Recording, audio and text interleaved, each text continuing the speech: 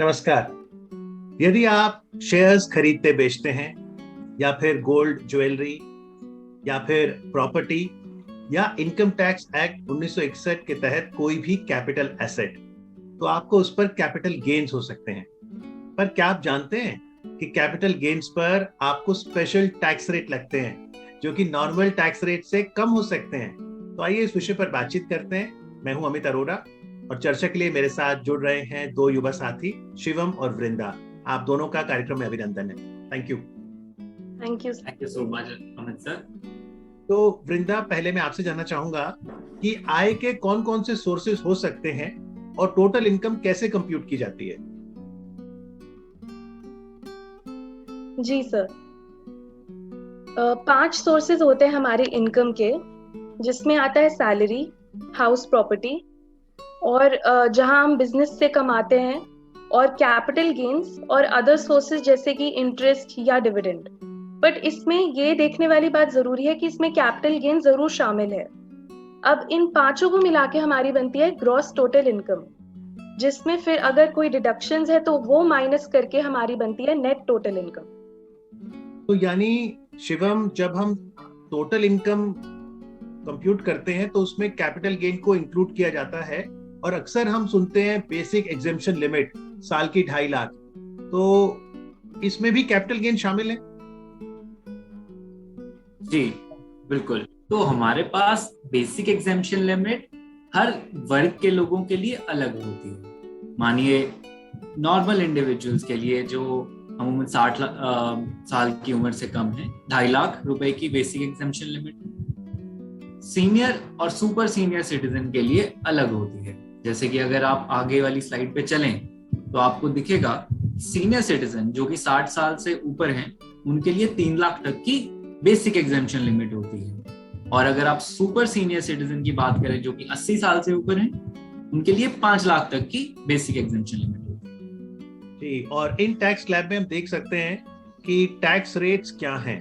तो अगर हम इंडिविजुअल्स की बात करें तो यहाँ पर 2.5 लाख तक कोई टैक्स नहीं है, 2.5 लाख से 5 लाख तक 5%, 5 लाख से 10 लाख तक 20% और 10 लाख से ऊपर 30%। ये तो इनकम टैक्स के रेट रहे एज पर ओल्ड रेजीम। वृंदा जी, हमने देखा था फाइनेंस एक्ट 2020 में एक न्यू टैक्स रेजीम भी आई, तो उसे कैसे समझें? जी हाँ सर, ये न्यू टैक्स रेजाइम हमारे असेसमेंट ईयर 21-22 में ही आई, जिसमें एक इंडिविजुअल के पास चॉइस थी कि वो ओल्ड के हिसाब से भी टैक्स दे सकता है और न्यू के हिसाब से भी टैक्स दे सकता है। तो इसमें भी 2.5 लाख तक तो हमारे पास कोई टैक्स नहीं लगेगा, लेकिन 2.5 लाख के मार्जिन से आगे बढ़ते बढ़ते हमारे 5% रेट बढ़ते रहते हैं। जैसे 2.5 लाख से 5 लाख इनकम बढ़ी तो 5%, 5 लाख से 7.5 लाख इनकम बढ़ी तो 10%, और ऐसे ही अगर 15 लाख से अबव इनकम होती है तो 30%। तो हमारे इंडिविजुअल के पास चॉइस हो जाती है कि आप न्यू टैक्स रिजीम के हिसाब से, अगर आपका रेट टैक्स कम बनता है तो आप ऐसे भी पे कर सकते हैं, वरना ओल्ड के हिसाब से भी पे कर सकते हैं। जी, यानी एसएससी के पास चॉइस है, वो चाहे तो आयकर ओल्ड टैक्स रिजीम के हिसाब से दे ले या फिर न्यू। लेकिन शिवम, जब कैपिटल गेन्स टैक्स की बात होती है तो कई बार हमें लगता है कि शायद यही इनकम टैक्स स्लैब रेट्स हैं जिन पर हमें कैपिटल गेन्स पर भी टैक्स लगाना होगा। क्या ये सोच सही है? जी नहीं, यही एक बहुत बड़ा ग्रे एरिया है जहाँ पे ज्यादातर लोगों को क्लैरिटी नहीं है, जो कि हमारा आज का विषय भी इसी बारे में है।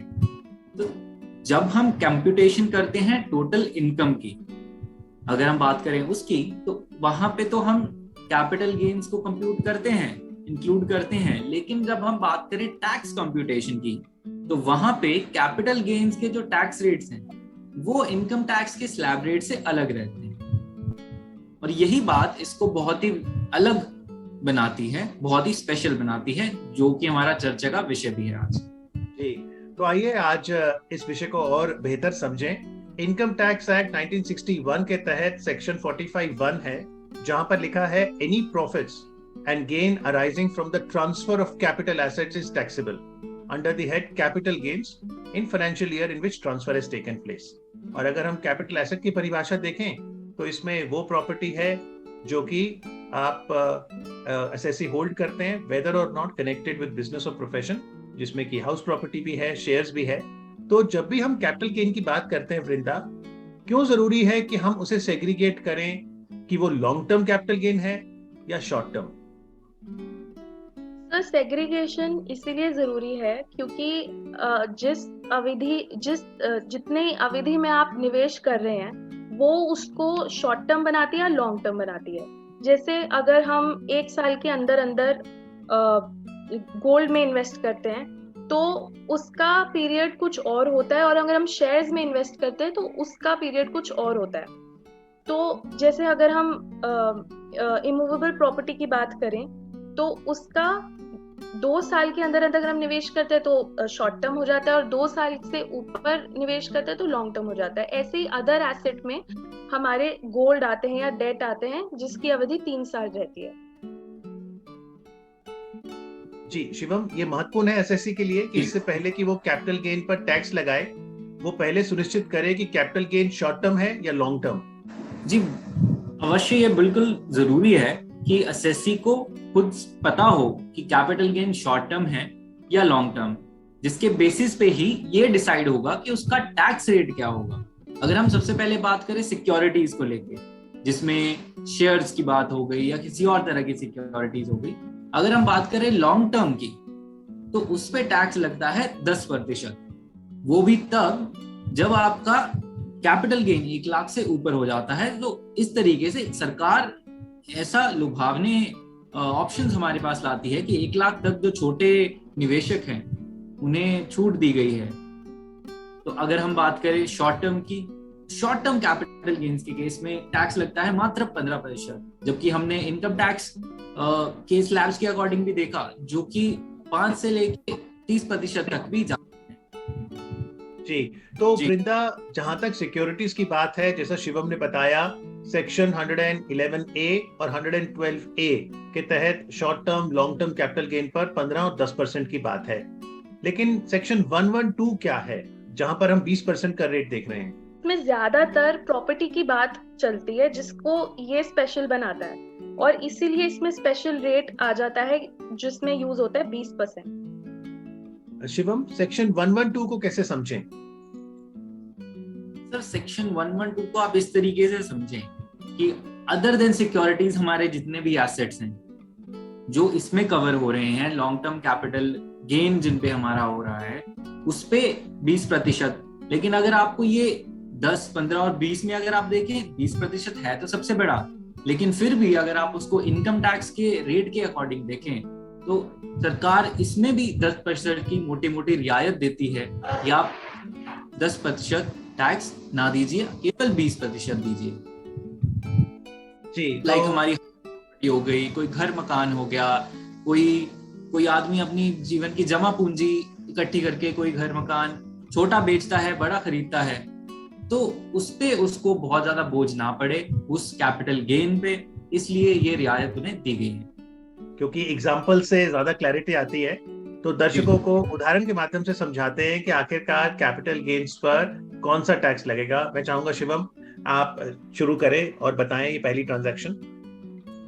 जी बिल्कुल, जैसा कि हम अभी डिस्कस कर रहे थे, एक आदमी का घर मकान होना कितना जरूरी है उसके लिए।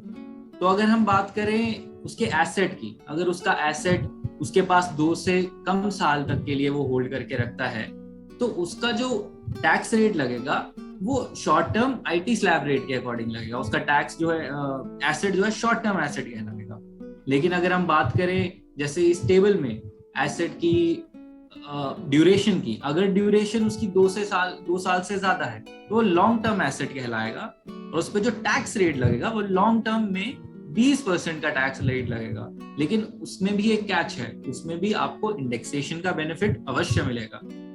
जी, तो ये तो उदाहरण रहा इमूवेबल प्रॉपर्टी, जैसे कि कोई रिहायशी घर की हम सेल करते हैं और वहां पर 2 साल निर्णायक होता है तय करने के लिए कि ये शॉर्ट टर्म कैपिटल गेन होगा कि लॉन्ग टर्म।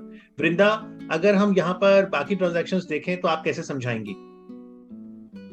बाकी ट्रांजैक्शंस अगर हम देखें तो इसमें आता है, जैसे हम अदर एसेट की बात कर रहे थे सेक्शन 112 लॉन्ग टर्म के लिए, सेक्शन 112 के अंदर तो उसमें फिर हमारे आ जाते हैं गोल्ड और डेट ओरिएंटेड म्यूचुअल फंड्स, जिसके अंदर हमें 3 साल की अवधि दी हुई है। क्योंकि अगर हम इक्विटी या लिस्टेड शेयर्स को देखें तो उसमें हम इन्वेस्ट करने में ज्यादा रिस्क रहता है और ये थोड़े सेफ रहते हैं, तो इसीलिए हमें ज्यादा अवधि दी हुई है इसमें।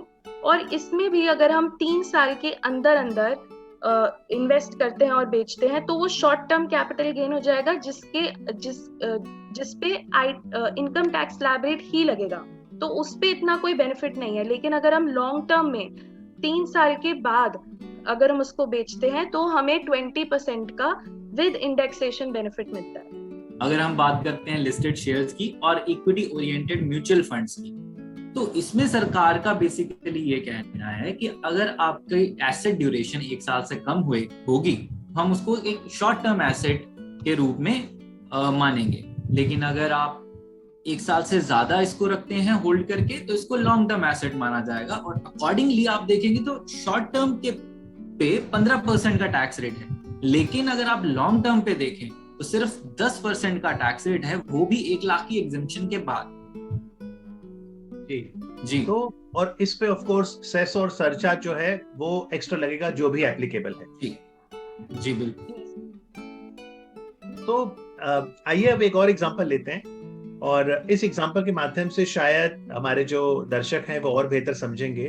मिसाल के तौर पर एक इंडिविजुअल एसएससी है मिस्टर ए, और फाइनेंशियल ईयर में मान लीजिए उनकी सैलरी इनकम है, पेंशन से 10,000 महीना आती है, 1,20,000, और साथ ही अगर उनका लॉन्ग टर्म कैपिटल गेन है लिस्टेड शेयर्स की सेल से 1.5 लाख रुपए, शॉर्ट टर्म कैपिटल गेन 60,000, तो शिवम कैसे हम यहाँ पर टैक्स कैलकुलेट करेंगे? जी बिल्कुल। अगर हम सबसे पहले बात करें सैलरी की, तो सैलरी इनकी पूरे साल की बनती है 1,20,000, जिसमें स्टैंडर्ड डिडक्शन जो इनको मिलनी है वो है 50,000। तो इनकी जो टैक्सेबल सैलरी हो गई वो हो गई जी 70,000। अब अगर हम इनकी बात कर लें कैपिटल गेन्स की, इसमें 2 तरीके के कैपिटल गेन्स हमारे पास हैं, जैसा कि आपने बताया, लॉन्ग टर्म और शॉर्ट टर्म। अब शॉर्ट टर्म जो है इनके कैपिटल गेन वो है 60,000 के। अब जिन पे टैक्स लगता है 15%, तो ये तो पूरा ही कंप्यूट हो जाएगा हमारा, क्योंकि हम यहाँ पे कंप्यूटेशन कर रहे हैं टोटल इनकम की। अब अगर हम बात करें दूसरी तरीके के इनके कैपिटल गेन की, जो है लॉन्ग टर्म, सिंस ये इनका 112A के अंडर आ जाएगा, डायरेक्टली इनको एग्जेम्पशन मिल जाएगी 1 लाख की, तो जो टैक्सेबल 1.5 लाख में से रह जाएंगे वो रह जाएंगे मात्र 50,000। तो टोटल अगर आप इनकी ग्रॉस टोटल इनकम देखें वो बन जाएगी 1,80,000, और डिडक्शन सिंस इनकी कोई नहीं मिलेंगी इन्वेस्टमेंट्स के अकॉर्डिंग, तो नेट टोटल इनकम इनकी हो गई 1,80,000। अब अगर आप देखें 1,80,000 सिंस इनकी बेसिक एग्जेम्पशन लिमिट से भी कम हो गई, तो इस केस में इनके ऊपर कोई टैक्स लायबिलिटी नहीं आएगी। वृंदा, इसी उदाहरण को थोड़ा सा और ट्विस्ट करते हैं कि अगर इनकम ज्यादा हो तब क्या होगा। तो अगर सैलरी सालाना 1,20,000 ही है, लेकिन मान लीजिए लॉन्ग टर्म कैपिटल गेन में लिस्टेड शेयर्स की सेल पर 5 लाख रुपए की आय हुई है, शॉर्ट टर्म कैपिटल गेन में 60,000, तो एसएससी अपना टैक्स कैसे कैलकुलेट करे? हम अगर पुराने एग्जाम्पल को ही फॉलो करते हुए देखें तो हमारी सैलरी में इनकम तो 1,20,000 ही रही, जिसमें स्टैंडर्ड डिडक्शन वही 50,000 रहा, और 70,000 हमारी सैलरी टैक्सेबल इनकम बन गई। फिर अगर हम कैपिटल गेन पे आए तो शॉर्ट टर्म कैपिटल गेन भी हमारा वही रहा 60,000, लेकिन लॉन्ग टर्म कैपिटल गेन में हमें देखने वाली बात यह है कि 5 लाख जब इनकम बढ़ गई और हमें वही एग्जेम्पशन 1 लाख की मिलने के बाद जब 4 लाख बच गई, तो हमारा ग्रॉस टोटल इनकम बन गया 5,30,000। अगर हमारा शॉर्ट टर्म कैपिटल गेन 60,000 का है तो हम 2.5 लाख में से वो माइनस कर देंगे। फिर सैलरी का जो हमारा 70,000 था वो भी हम 2.5 लाख में से माइनस कर देंगे उसी एग्जेम्पशन लिमिट को यूज करते हुए। फिर हमारे पास 1,20,000 एग्जेम्पशन लिमिट अभी भी बचती है जो हम अभी यूज कर सकते हैं, और हमारा जैसे long term capital gain 4 lakh का आया था उसमें हम बची हुई एग्जेम्पशन लिमिट यूज करेंगे तो हमारा 2,80,000 का टैक्सेबल इनकम बचता है, जिसपे फिर आप LTCG पे अगर आप 10% का रेट लगाते हैं सेक्शन के हिसाब से तो हमारा 28,000 रेट बनता है। आपको क्यों लगता है वृंदा, सरकार कैपिटल गेन्स पर स्पेशल रेट्स क्यों देती है? ये रियायत किस लिए है?